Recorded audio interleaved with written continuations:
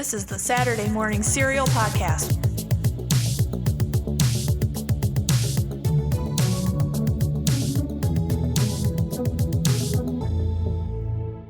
What's up, everyone, and welcome to our season finale of Saturday Morning Serial Season 3. It's crazy, the finale's already here, but today we are going to discuss the Stranger Things Season 4. It just all runs together anymore at this point, but before we talk about that, who has seen Ms. Marvel on Disney+? I really enjoyed that show. Like, I went into it just kind of like, nah, about it, and Mike, you were the one that was like, let's watch it, and I'm like, okay.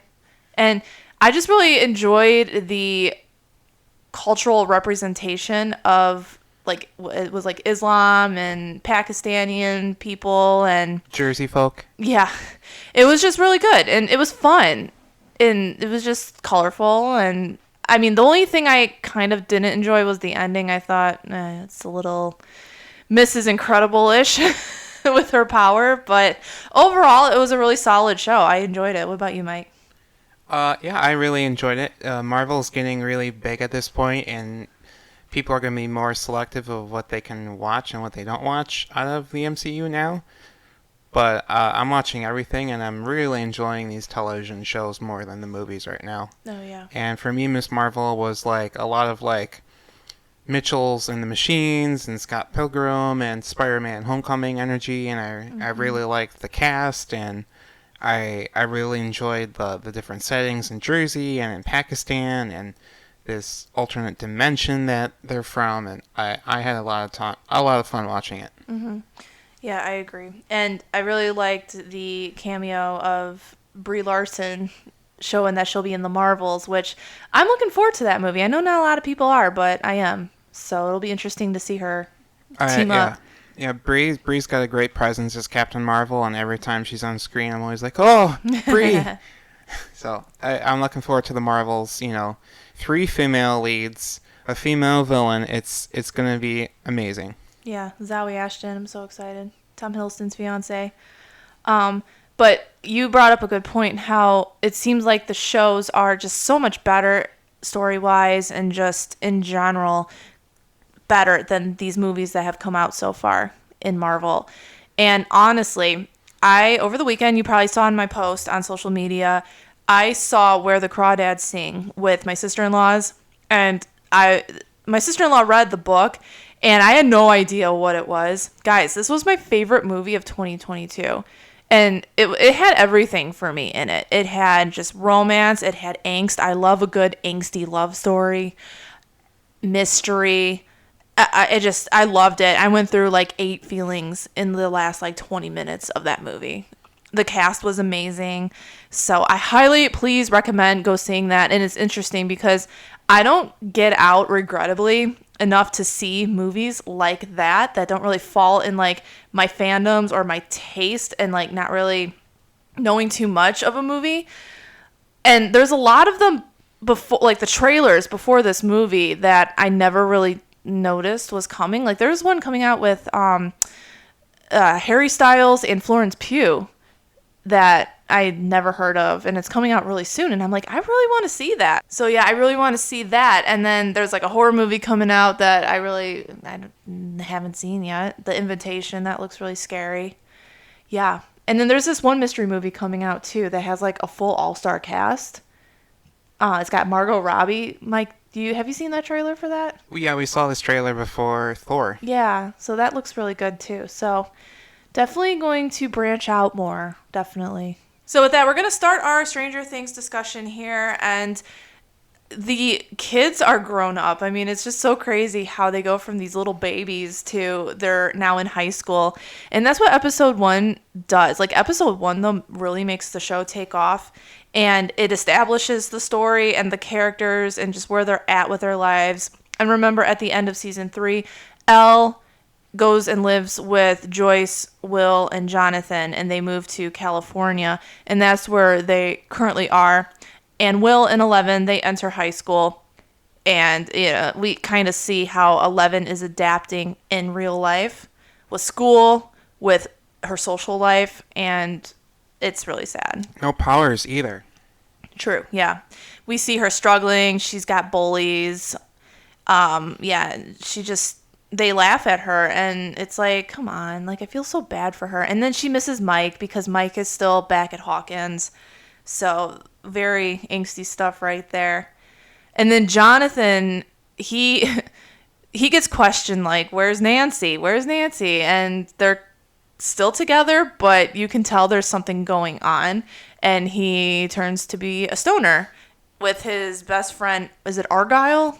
Yeah, I want to say it's Argyle. Yeah. Argyle is a great new character. I think he's really fun. He's really, like, just kind of the icebreaker when it comes to, like, intense situations and scenes.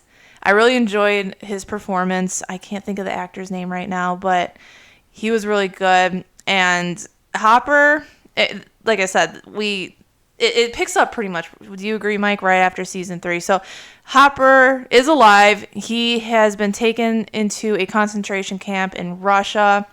So we see a lot of that, and more to come on that. And Joyce, she's living in her anxiety-filled life with her kids. She's funny. I love Winona Ryder in this role. She's one of my favorites.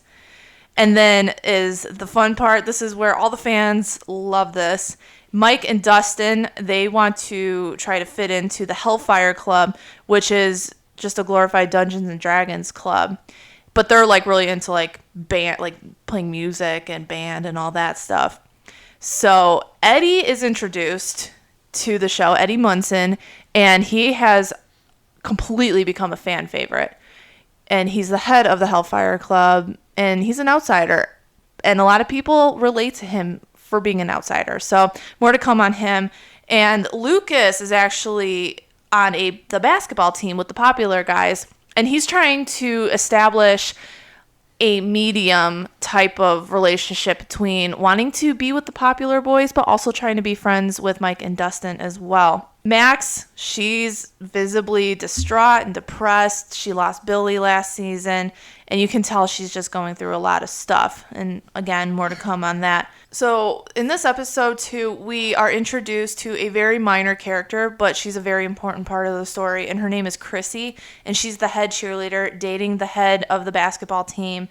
And she's just very popular, but she's one of those things that it's not all that it seems to be. She is miserable, she is depressed, and we just see her hallucinating, and we know something's going on with her, and just, more to come on that in just a second here. But we kind of see the kids just trying to mesh into high school life, and it's really great to see, because like I said, they were children at the beginning of the show, and we get to see more of their personalities shine in this episode.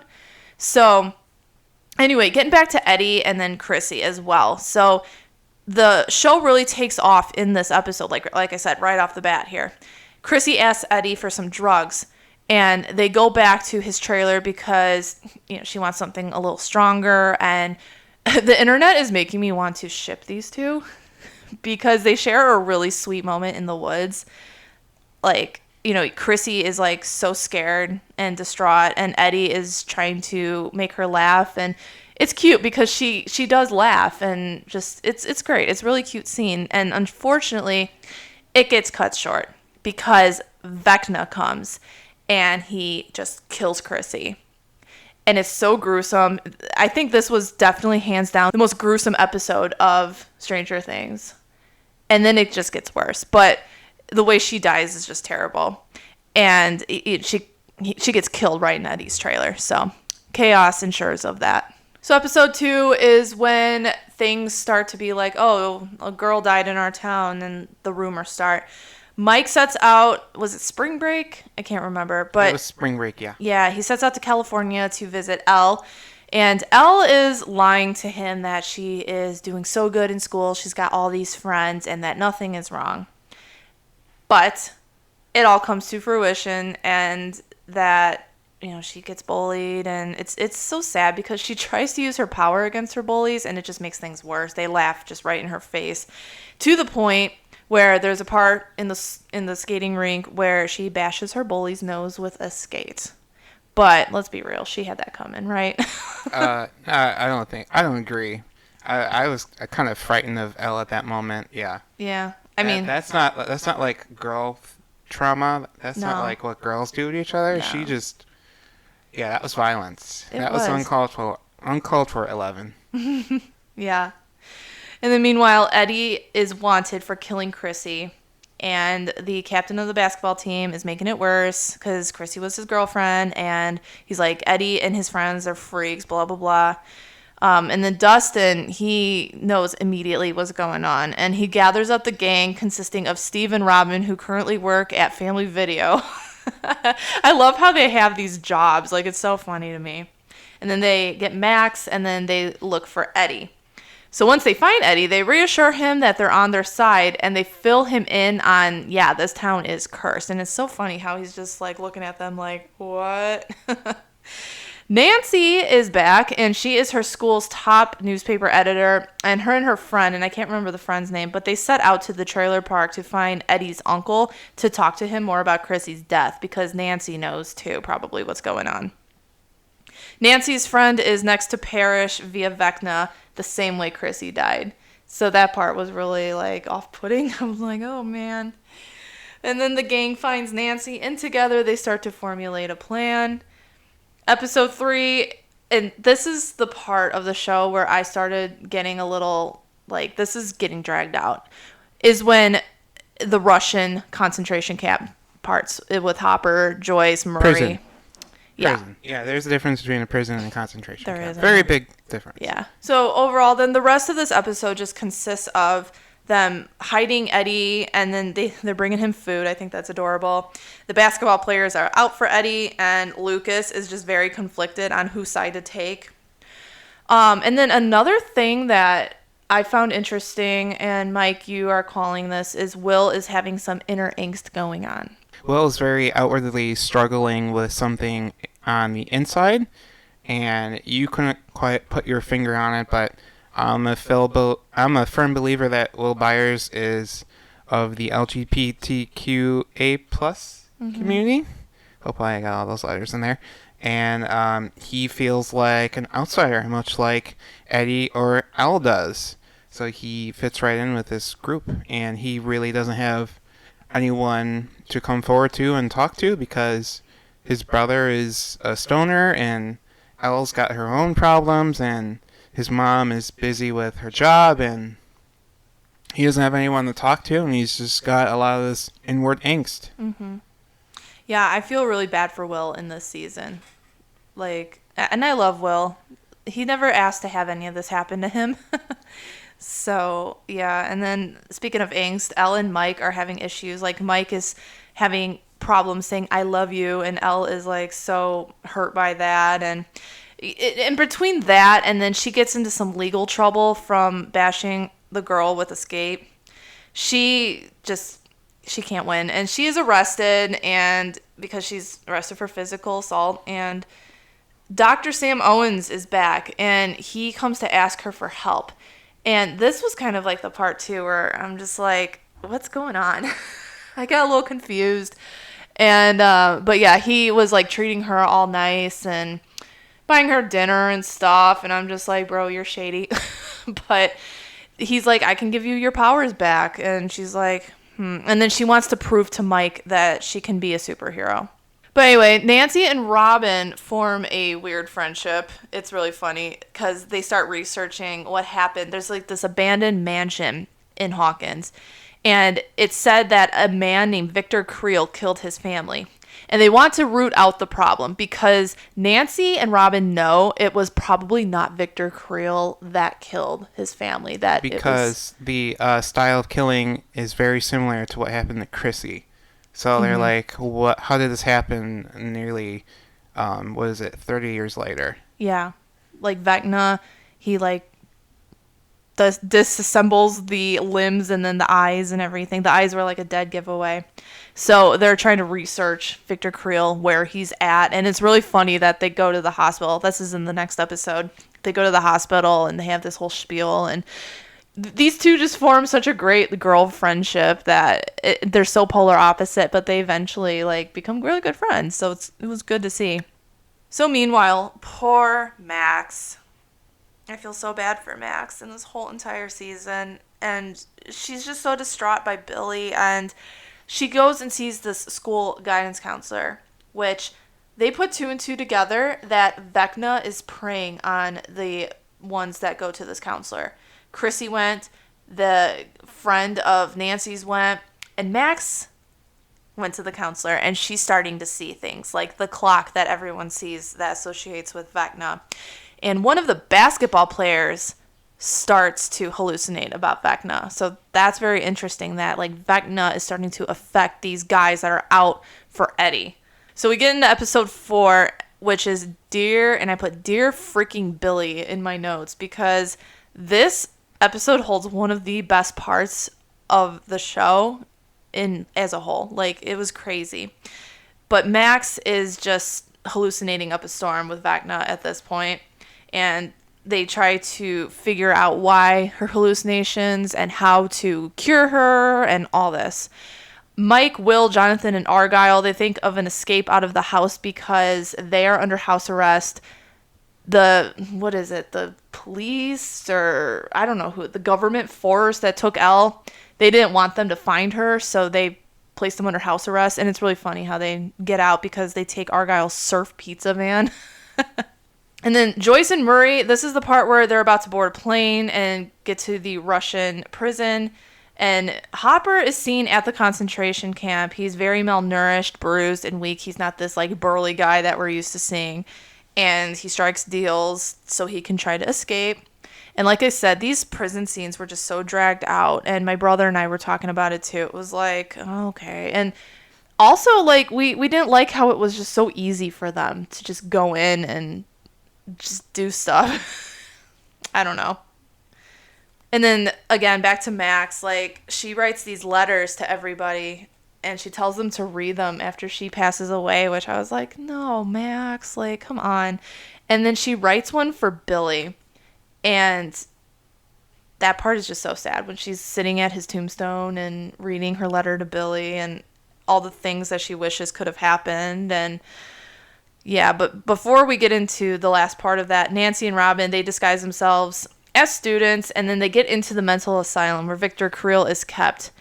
And he told them everything, how somehow he survived, but his whole family died, and it was like the eyes got popped out. It was the same way Vecna killed the other kids here.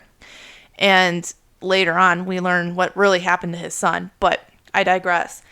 But we get back to Max, who all of a sudden starts to hallucinate at the cemetery, and she falls under Vecna's like spell thing. But Dustin, being the brains he is, figures it out, and he knows the cure is her favorite song. If you think of a great memory and also contributing like your favorite song to it, you can snap out of it.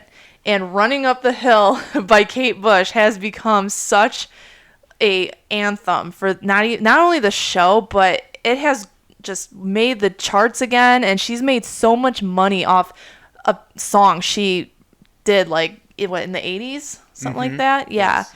So, and definitely like that whole part with the music and the intensity of that scene and the emotional aspect of it, it was like, if you put it all in a blender, it was just so great. And at the end, when the episode ended, it was just like, oh God, what did we just watch? But in all, Max had a very close call with Vecna, and they know now, like, it's Vecna, that music is the cure, etc. So before we get into episode 5, I want to ask you guys, what is the song that would save you? Mine would be Heaven is a Place on Earth by Belinda Carlisle. I love Belinda Carlisle. What would be yours, Mike? Probably Take On Me by Aha. You love that song. I do. I think I would be dancing on Vecna's Way. Right. I mean, it's just so catchy and dancey. Yeah. Yeah. My thing with Heaven is a Place on Earth is, like, Belinda Carlisle is such a great rock star. Like, I love her. And the music, like, the instrumentals and the vocals, that song's perfect. Anyway, back to Stranger Things. So, the California group, consisting of Mike, Will, Jonathan, and Argyle, and their bodyguard, Jack Sullivan, fleeing away from the Byers house. they uncover a clue in Jack's pen that is an IP address. So they decide to go meet Dustin's girlfriend, Susie, who is a computer hacking expert of the 80s. I love Susie. And Susie is able to give them coordinates to the facility that Eleven is being kept at. Eleven and Sam Owens go to this desert facility, which is an underground silo that houses Nina. And Nina is a sensory deprivation tank that Dr. Brenner believes will help Eleven uncover memories of trauma that will unlock her powers again. So back in Hawkins, the group is piecing together clues about Max's encounter with Vecna, and Max's drawings lead them to the Creel house, which is it ties everything together, and it's where Victor Creel was killed, and Victor Creel was blinded, and his family was killed. So the group heads there. And the basketball team is slowly piecing together that Lucas is involved with this Hellfire Club as he's friends with Mike and Dustin, and they're getting closer to finding out where he is. And I just want to mention, too, how Lucas's sister gets accepted fully into the Hellfire Club, and she's not even in high school yet. I love that. What's her name, Erica? Erica, yeah. So the Hawkins group discovers that Vecna is using the Creel house as his hub of operations, and that it is his point of origin in the Upside Down. So that's their goal, is to get to the Upside Down and get into the Creel house and attack Vecna somehow. So Eddie is hanging out at this boathouse, and the basketball team happens to find them there. So Eddie is fleeing in the boat, rowing away, and that is when one of the basketball team members is attacked by Vecna, and he is killed, opening up a gate underneath the lake. Yeah, and I felt so bad for Eddie because it's like he witnessed again, too, what happened. And that just, like, furthers the basketball team's opinions about Eddie. And I just, again, feel so bad for him. So, in Russia, Hopper is thrown into a prison cell, and he meets his buddy Dmitri. And Joyce and Murray hop on the plane with Yuri, and they believe that they have been betrayed. So that's where we end this episode. So the rest of the show is basically Hopper and Joyce and Murray, them getting, busting Hopper out of the Russian prison. And that's where also they find out Demogorgons are kept, and, Hopper knows how to defeat them. So again, I felt like these scenes were just really dragged out, and eventually they do escape. And it's funny because they find out, like, the kids are in trouble back at Hawkins, and they were like, we got to go back in. And I was like, no, don't do that.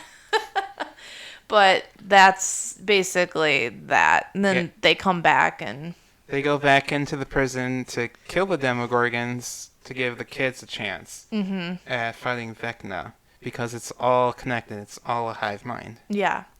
And then we have the group of Will, Argyle, Mike, and Jonathan, and they rescue Elle from her entrapment.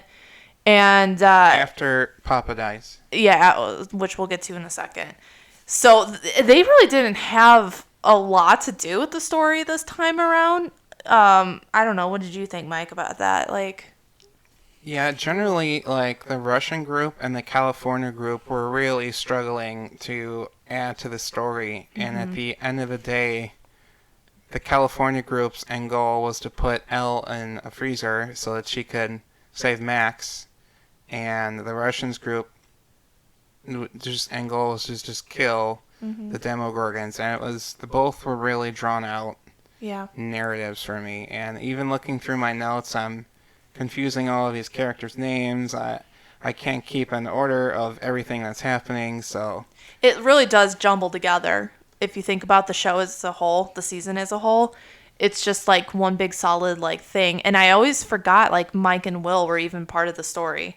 They would cut to those scenes and I'd be like, oh yeah, I forgot about them. But Elle, it was this whole part was like so interesting. And this storyline took up a couple episodes.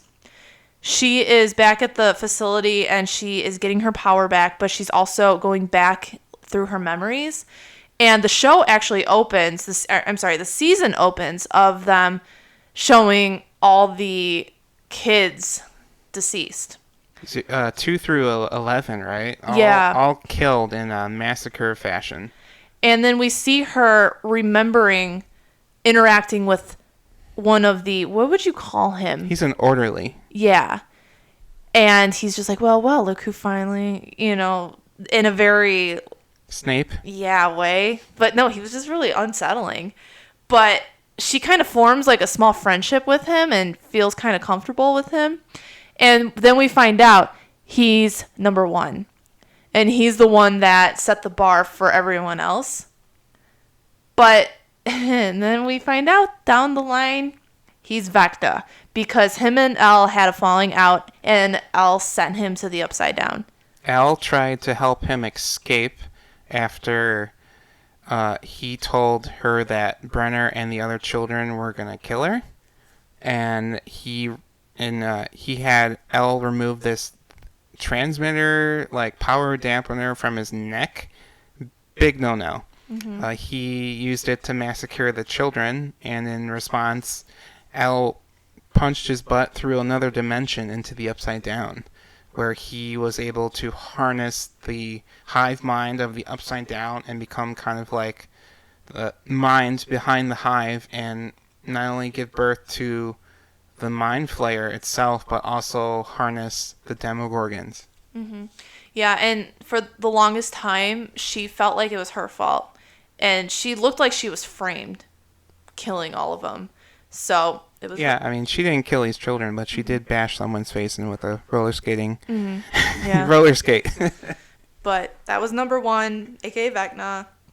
And it was interesting because he did kill those kids the same way he kills his victims now. So you kind of figured it out after you put 2 and 2 together. So I thought that whole part was very creative in how they transitioned between like, oh, this guy who seems very harmless, he's Vecna. He's the one that's like gruesomely killing these people.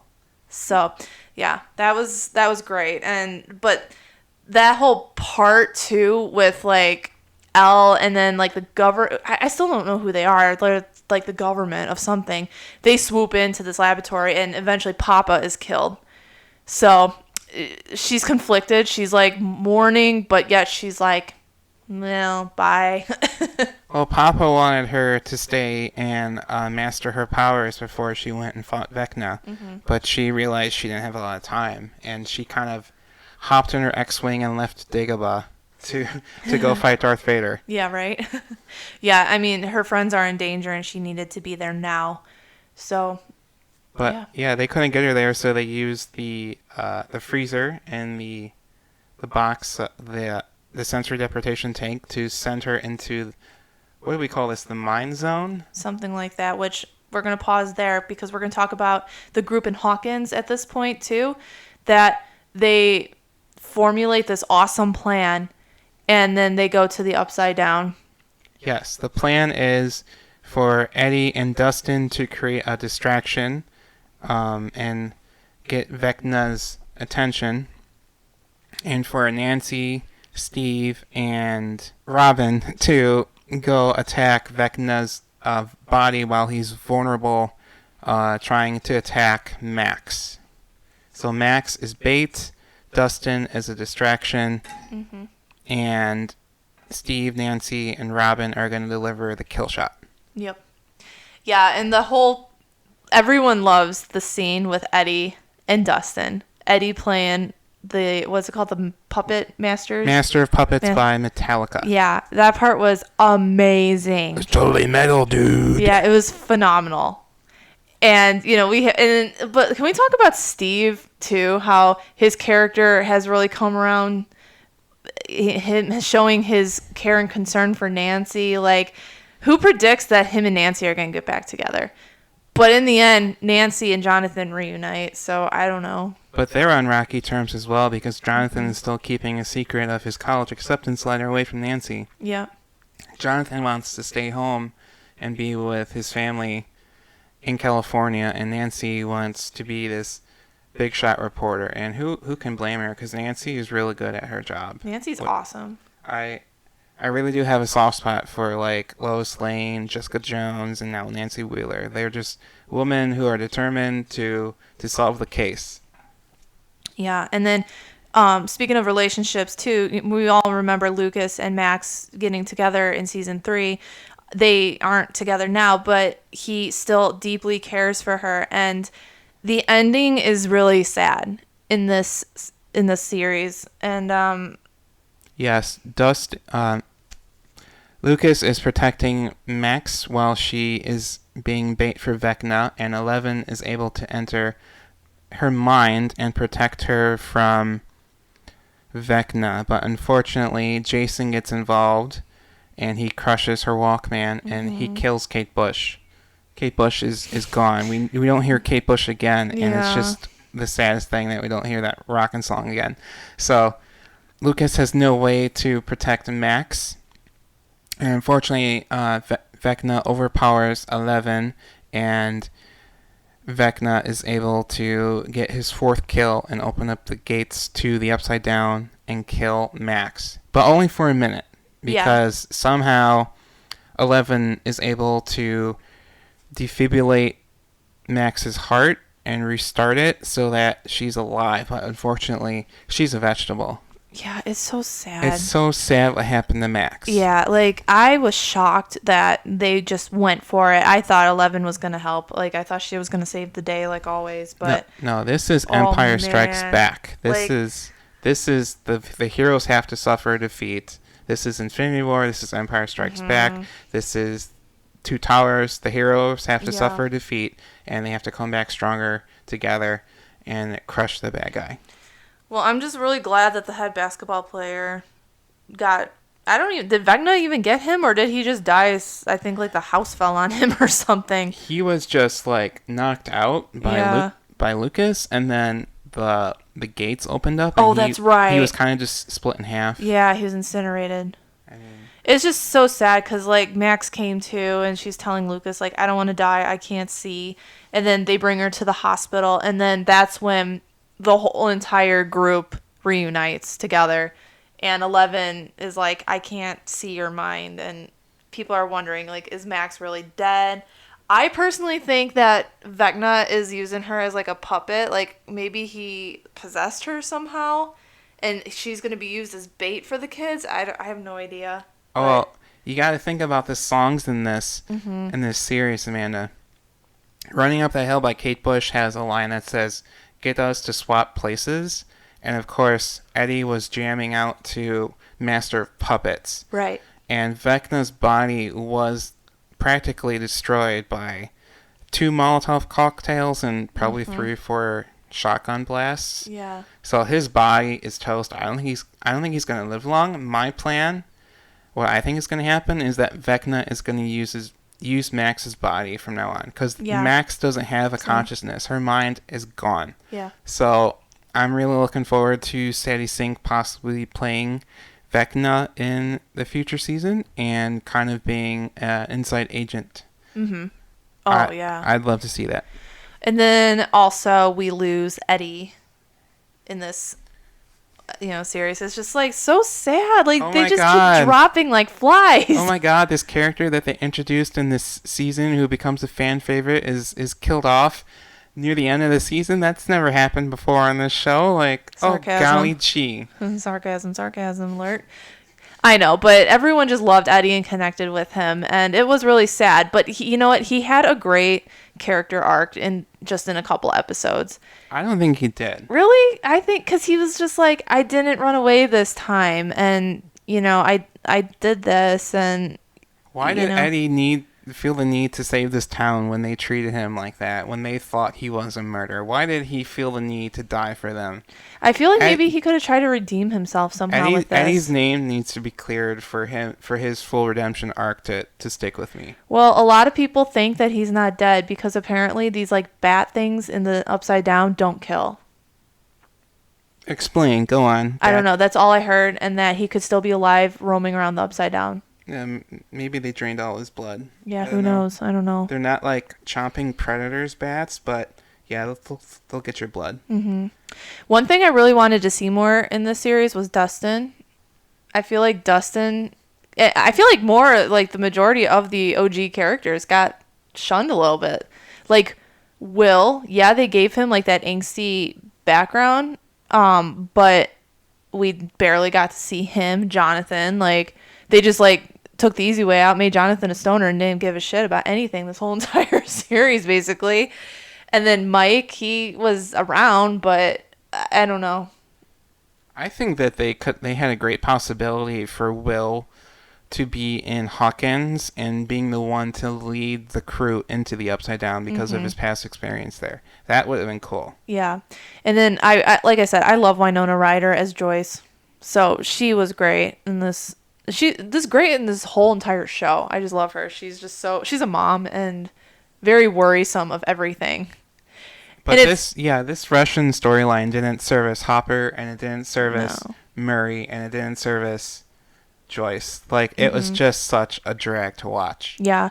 And like, it was nice to see her and Hopper finally share a kiss, though. Like, everyone was just like, kiss. And finally they did, so that's nice. And then they get reunited with their kids at the end of the day. And the reunion between Elle and Hopper was very sweet. I really liked that. Yeah, they're one of the strongest relationships for me on the show. And it's just what the whole show is about, is Hopper opening up and being able to love someone in the way that he loved his first daughter. Mm-hmm.